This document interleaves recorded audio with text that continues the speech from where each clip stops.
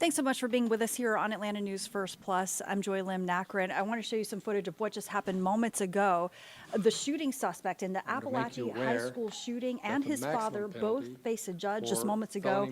Again, this is brand new video. If you missed this happening live here on Atlanta News First, you know, we're carrying all of this on Atlanta News First Plus, and any additional hearings you're going to see stream here on Atlanta News First Plus. But just a short time ago, the 14-year-old student who's now charged with 4 counts of felony murder in that school massacre at Apalachee High School in Winder faced a judge, and his father also faced a judge. We reported to you last night as breaking news that the father of this 14-year-old student, again, the suspected shooter is 14-year-old Colt Gray. The father, 54-year-old Colin Gray, we reported to you last night when he was arrested by officials in Barrow County, and this morning faced a judge alongside his son, the 14-year-old suspected shooter in all of this.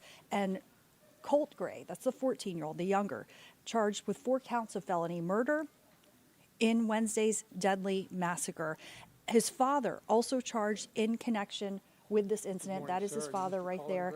And this is really legal precedent that is being set. For the first time ever in U.S. history, earlier this year, parents of a school shooter were charged in the crime. They were actually charged, they were prosecuted, they were convicted, and they were sentenced to more than 10 years in prison. This is in Michigan. And now, for the second time, we are seeing charges against a parent of a school shooter here in Georgia. And so what we saw in court today, there's Colin Gray, 54 years old, charged with 4 counts of involuntary manslaughter, 2 counts of second-degree murder, and 8 counts of cruelty to children. He was booked into the Barrow County Detention Center last night. The GBI director saying that Colin Gray, quote, knowingly allowed his son to possess a weapon.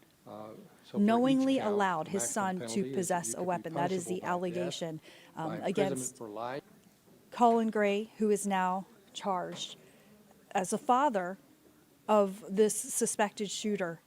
And for a little bit of context there, CNN reports that Colin Gray told investigators he purchased the gun as a Christmas present for his son last year. And FBI officials believe that Colt Gray made online threats to commit a school shooting in May of 2023. At the same time, the 13-year-old, at the time 13-year-old, you know, he's now 14, was interviewed alongside his dad, who said that there were hunting guns in the home. Gray denied having posted the threats, and the FBI found that there was no probable cause for an arrest at that particular time. So, you know, we're continuing to follow all the breaking developments there, but again, this is historic. This is legal precedent. You see the father of the suspected school shooter now charged in the shooting as well. And joining me later today, we're going to have Judge Kimberly Bando break down really what's ahead and what this means. Meanwhile, you know, the stories of survival and bravery continuing.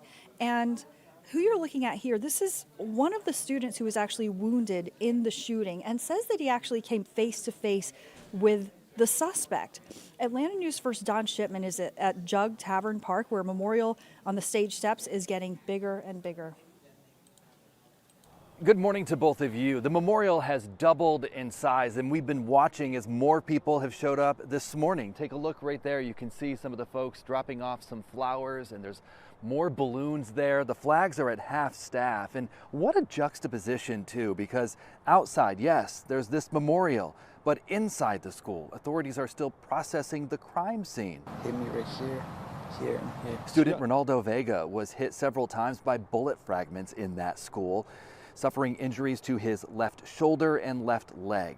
The 14-year-old freshman says that he was in the first classroom that the shooter targeted. He came face to face with that shooter and witnessed him open fire on him and his classmates, he says. Now, after being shot, he dropped to the ground for cover. Then an act of bravery that likely saved lives that day. I went to go close the door because I didn't want nothing more to happen. Because if it did happen, then I wouldn't be here right now. Pray for your the kids that go to school, because you never know what will happen. And this is what we've been noticing this morning. A lot of people just coming up to that memorial, placing those flowers, and then standing for just a few moments to kind of watch on and pay their respects. More people can do just that here, but they can also attend a vigil happening tonight from 6 to 9 at Jug Tavern Park, just about 15 minutes from here. You can stop by, open to the public. Grief counselors will also be made available. We're here outside Apalachee High School. Don Shipman, Atlanta News First.